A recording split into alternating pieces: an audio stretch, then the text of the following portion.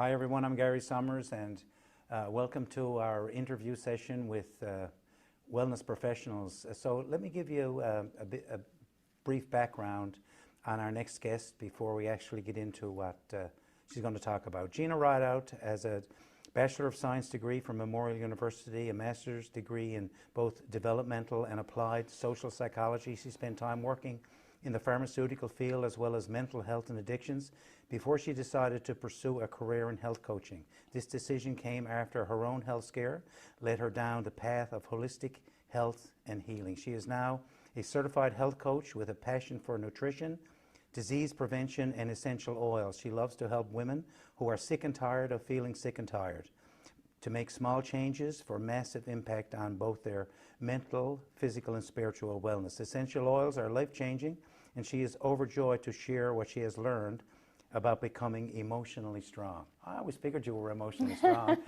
Welcome, Gina. Work in progress. Thank you. Thank you for having me. Good to see you again. So, Gina, before we get into the interview, can you just give our viewers a brief idea as to what we're going to talk about today? Yeah, absolutely. So I've been using essential oils for a very long time. And as you see, we've got one going. And if those people who are not used to essential oils, this is basically what it looks like. Gina introduced me to essential oils a number of years ago when my wife and I are hooked. Our house smells like a spa. Anyway, sorry, go ahead.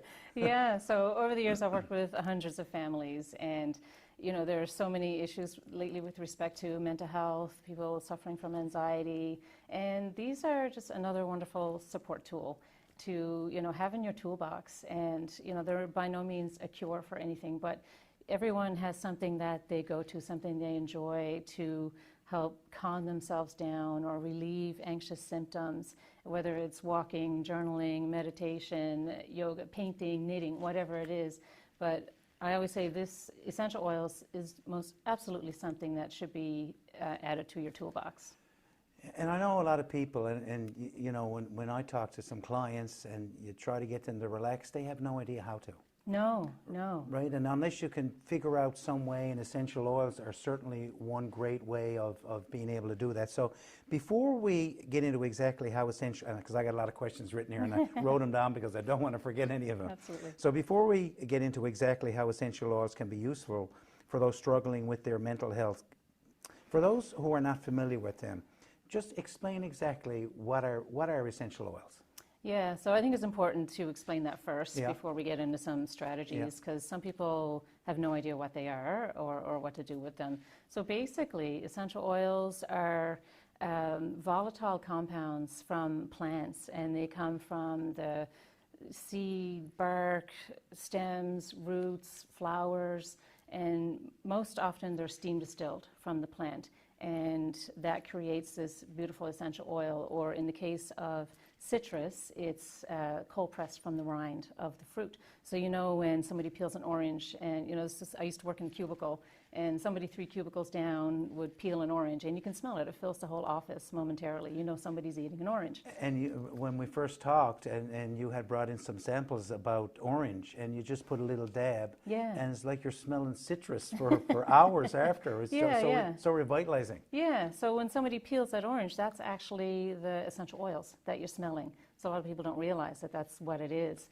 and just natural in plants. And when you cold press them, and you know, with doTERRA, because you know I trust this brand, and the reason why is because quality matters. So that's something I really want to make sure people understand, is that quality matters when you're using an essential oil, because I've been doing this a long time, and I always meet people who say, no, I can't use essential oils. They give me a headache, or they give me a bad stomach, or they had some kind of bad reaction. And when I dig a little bit further, I realize that they're using cheap oils or something they ordered on Amazon or the supermarket or Winners. And, you know, I always say friends don't let friends buy essential oils at the supermarket. Yeah, because I guess there's additives and fillers and things. You don't know what it is. Right. And it could be nothing more than synthetic perfume. So it makes total sense when somebody says, oh, that gave me a big headache. It's nothing, there's nothing therapeutic in it. So that's why I trust this brand, because they're third-party tested. You can look at the bottom of the bottle. There's a lot number here, and enter it into a site we have called sourcetoyou.com, and it'll give you third-party testing results of this bottle that you have in your hand. So very few companies can do that, Sure, if sure. any. And the newest thing now is that doTERRA has enough studies and research in the quality and the consistency. And by consistency, I mean when you order a bottle of lavender, every single time you can rest assured that it's the exact same chemical makeup and the exact same oil. And that was actually discovered by researchers in the States, and which is super important. So because of that, these oils can now be labeled pharmaceutical grade. So you really want to be careful of what you're using if you want to have a therapeutic effect and positively impact your mental health, because it could go the other way if it's cheap stuff. We've been using them for must be 5 or 6 or 7 years now, and I will attest the fact that I've never had a bottle that we reacted differently to it. It's the consistency, and you know that when you put it in the diffuser or you make a rub-on or something, you're getting that same quality every single time. Exactly, yeah, and it's super important. So, that's one thing that I like to, we're talking about what is an essential oil. That is super important. And another cool thing about essential oils is that they have the ability, sometimes they work better than some modern approaches to health problems, like some medications and things like that. Because if you can think about, if this is a cell in the body, a cell is surrounded by an oily cell membrane. And so just ask you a question, if you went to the doctor with a bacterial infection, what would the doctor give you? An antibiotic. An antibiotic, right? That's because bacteria sits on the outside of the cell, whereas viruses sit on the inside of the cell and replicate the DNA. So if you went to the doctor with a viral infection, what would they do for you? Nothing. Nothing. Go home Right. and wait it out, let it take its course, right? But essential oils are different. Because they're oil-based, they can actually penetrate the cell membrane, so they're antimicrobial, they're antibacterial, they're antiviral, they're antifungal, all those things that Mother Nature created for us. So there are a bunch of different ways. You can use a diffuser. You can put a drop underneath your tongue. And before we started the interview, you had talked a little bit about, and of course everything, when you think about it, comes back to our mental health. I mean, if you're not feeling well, then physically, then mentally you're not feeling well. So so now that we know what are and what they look for, can you give us some examples of how you would use them? Different ways. So there we go. This is one example. So aromatic use is super easy and just so easy. Anybody can do this. You don't need to have any kind of training, because I've had people start out with oils and say, okay, what if I mess it up? What if I use the wrong oil? You can't, right? When you're diffusing. But there are some, though, specific for nighttime. Yes. So I'm kind of a lazy person. So we have 5 diffusers. So we have one in the entranceway, one in the family room, one in the bedroom, one downstairs. Taught you guys well. You did, and we're really glad that you did. So so just talk about daytime use, nighttime use. I know my wife has it on every night, and we certainly sleep fairly well. So, So it's the diffusers. So you can use them aromatically, whether it's in a diffuser. If you don't have a diffuser, you can simply, what I like to do, and we can demonstrate even, put a little drop in the palm of your hand and rub your palms together, and then just cup up to your nose and just take 30 seconds and breathe deeply. And just take that moment, the breath work, and in combination with the oils. It's really hard to think a negative thought, right? When you're smelling a citrus oil. This is bergamot. So this is kind of, if you haven't smelled bergamot, it's... I knew it was citrus, but it wasn't orange. Right? Yeah. So if citrus and lavender had a baby, it would be bergamot. So you're getting the chemical compounds. I hope I'm going to do the rest of the interview like this. If you can't hear us. If you can't hear us, there's the reason why. Yeah. So that's where the benefits come in. How long would that last? It actually, essential oils, pure oils are volatile, so they actually do evaporate kind of quickly. It will stay in your hands for a bit. You're better off almost diluting it with some coconut oil, or if you want to put in lotion, so then it'll stay on the skin a little bit longer. But yeah, they actually, and that's what I like about them, because people are very sensitive or even fearful when they smell scents, because if they have a bad reaction. But that's typically to synthetic scent, like the synthetic perfumes. Sure. I told you, when people think they're using essential oils and they're using synthetic perfumes. So that's super important. You also have it in a little pendant, don't you?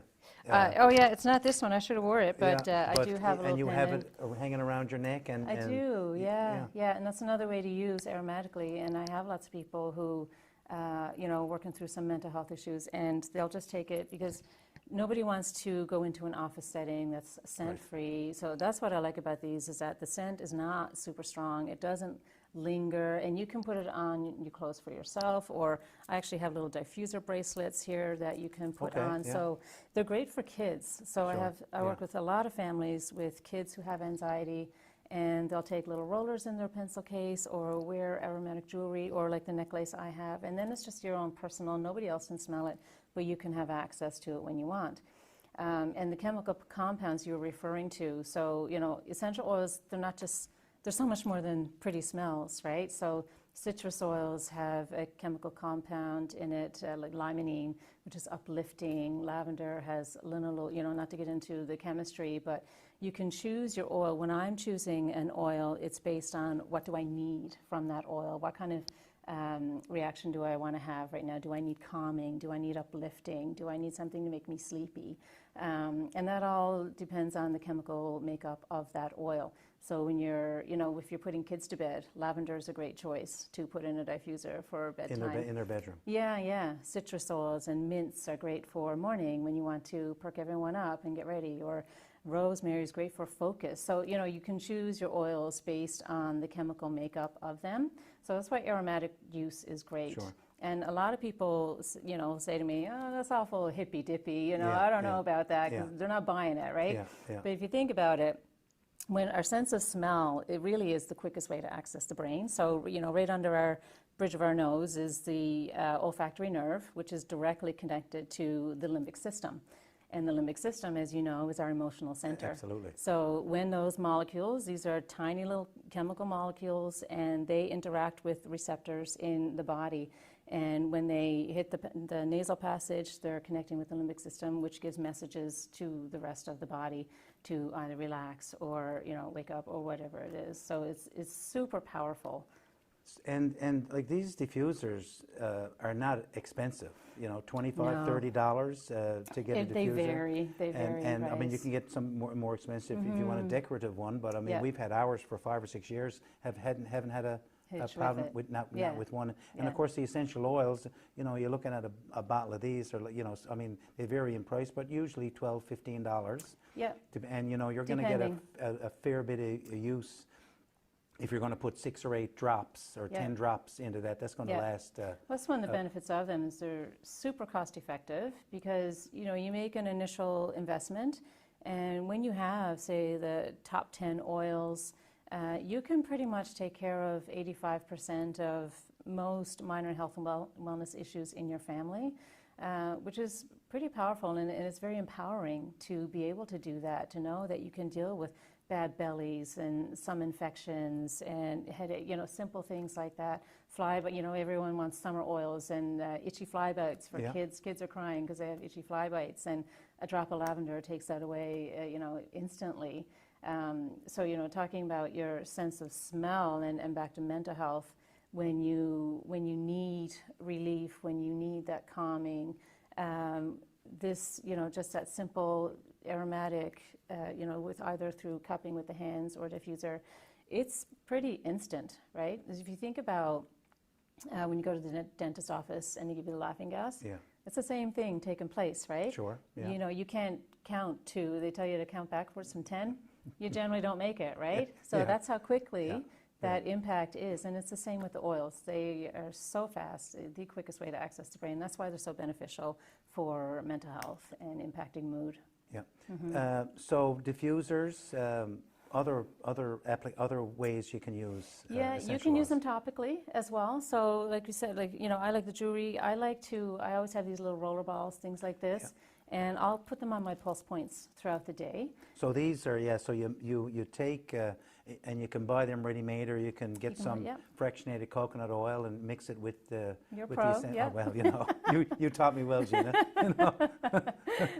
You taught me well, and they're great. Yeah. So what would you use to roll on? Sore throats?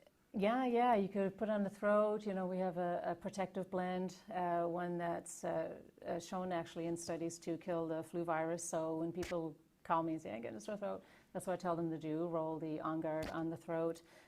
Great for headaches. You can put peppermint on your temples and the back of the neck. Great for aches and pains. You know, there's different reasons why you would use topical. For bad bellies, so it's great for kids. When kids are going to sleep, I like to take one of these rollers with lavender in it and just roll down the spine, so it's calming, so kids can sleep. So topical use is another way, and you mentioned under the tongue, so internal use is another way. Now I only do that with a doTERRA oil, not with any other oil, just because of the stringent standards and testing. And you know, not all the time. So there's certain applications where you want to use internally. So systemic inflammation is a good reason for that, or an infection, something like that. I've healed many infections over the years with internal use of oils. So, you know, there's, you know, you want to work with somebody who knows what they're doing and can give you a recommendation. But yeah, so aromatic, topical, internal with these oils. So you're really, because I said I was lazy, you're really my encyclopedia, right? You're my Google. So my wife says, I have a sore throat, I'll call Gina. She'll fix us up. What about for feet? Anything to roll on? Because I mean, feet are... You know, you talk about the bottoms of your feet and all the different pressure points and everything. Yeah, you hear that a lot, to roll on the bottom of the feet. And just the reason why is because it's a less sensitive area, especially for people who are, you know, suffering through some issues and still have to go to their workplace or still have to go about their day, but don't want to have the scent on them. So I just used to tell people, roll it on your feet. Oregano, I had a friend who worked in the hospital and she just wanted to boost her immunity. So she used On Guard and oregano, and every morning she put it on her feet and put her socks on and went about her day. And away she went. Because we sometimes hear people with sensitivities to certain scents and everything, right? Yes. There's no issues with oils when it comes to that? Yeah, I mean, I never say never, but I've been doing this now almost 7 years, and I've met one person, and honestly, I think it was almost a fear reaction. And any smell would set that person off. Yeah, when they're so fearful of having, you know, a lifetime of scent allergies. And she eventually came around once she realized what it was, and I, you know, gave her some education around it.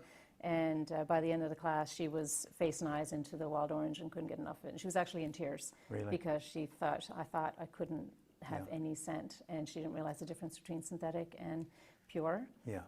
So, you know, I don't like to make promises, but you shouldn't react to something created by Mother Nature when there's no adulteration, and there's no proteins in the oils either. So it's generally the proteins that people have a reaction to.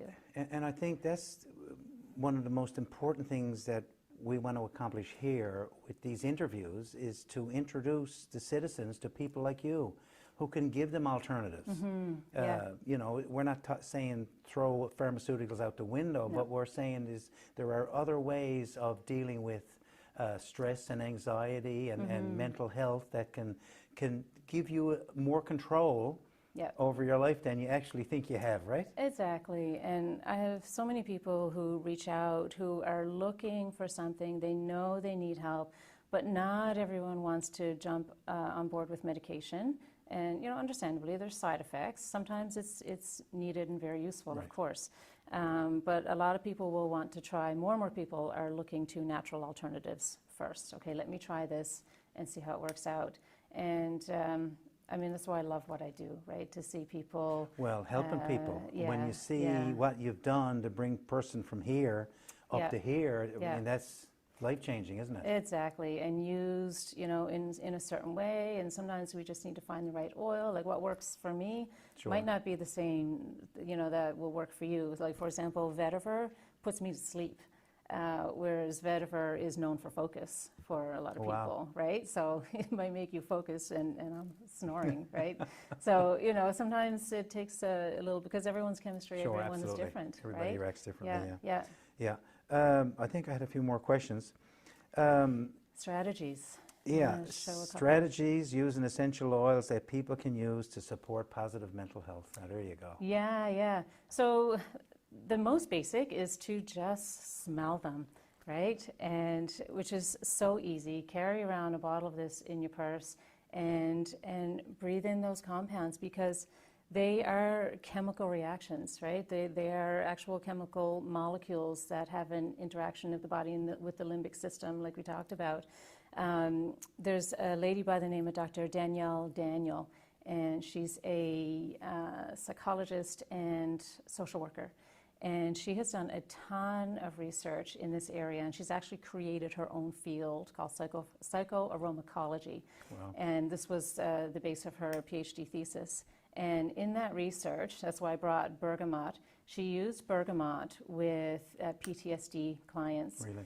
And the study involved them just smelling the bottle. So put a drop in their palm, smell it for 30 seconds, 4 times a day. Well, really 3. The 4th time, they were to diffuse at night. Okay. And what she found was that when dealing with PTSD, and I'm not a clinician, this is coming from her, when she deals with PTSD clients, sometimes the trauma is just too too traumatic for them to get through it and talk about it. They don't want to relive that again. Right. And they can't get to their therapy, right? Their Exactly. CBT therapy. So what she found was bergamot was the oil she used, and it gave them enough of a calming benefit so that they felt calm enough and safe to be able to get through the other side, so that they could actually continue with their therapy. Right. So really fascinating research that she did. There's another study called, it's the Vanderbilt, we just call it the Vanderbilt study. So it was a study done at Vanderbilt University where they diffused citrus oils in the emergency room of Vanderbilt Hospital. And what they found was a significant reduction in stress levels for staff. Wow. So doTERRA oils are used in hundreds of hospitals across the U.S. based on that research, which is continuing. If they're good for hospitals, they're good for your home. Absolutely. The other strategy I like to use, in addition to just smelling, I like to take it next level. So I like to teach people how to use affirmations.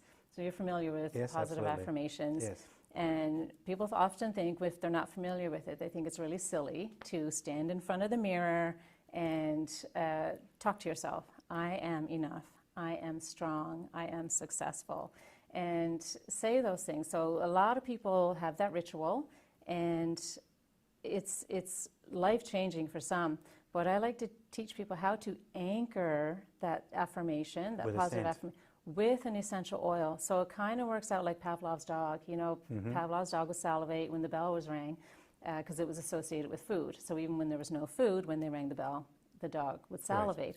So it's kind of the same thing, because you're not always going to be in a position to stand in front of the mirror and talk to yourself when you need that. Or do the NLP anchoring techniques of thinking of a time when you were calm and reciting a word and doing something with your finger. Because we all, whether people believe it or not, we all talk to ourselves. Yes. Right? Subconsciously.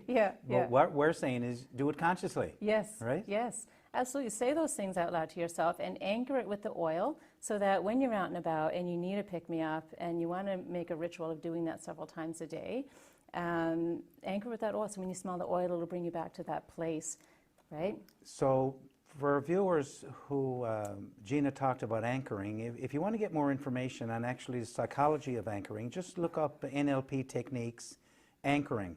And it'll give you a whole concept of how anchoring works, and there's a couple of different ways to do it, but Gina has just given you a really simple way to anchor a feeling that you want or an emotion that you want simply by carrying around a scent with you. Yeah, and it's really, what you're really doing is creating, neural pathways and creating new pathways. I kind of always equate it to a walk in the forest. You're always going to take the path that's been beaten down because it's easier. Right. And for some reason, it's always easier for us to have the negative self-talk. Yeah. And that's the path, that's the neurological pathway that's beaten down, and that's the one that we go to. So it takes a bit of work with affirmations and oils, and of course other modalities that you want to use to create that new pathway. And it takes a bit of work, but it's possible. And I think one of the universal laws is that we don't have to reinvent the wheel. If it works for somebody, it can work for everybody. Absolutely. Right? Absolutely. Gina, we're almost out of time.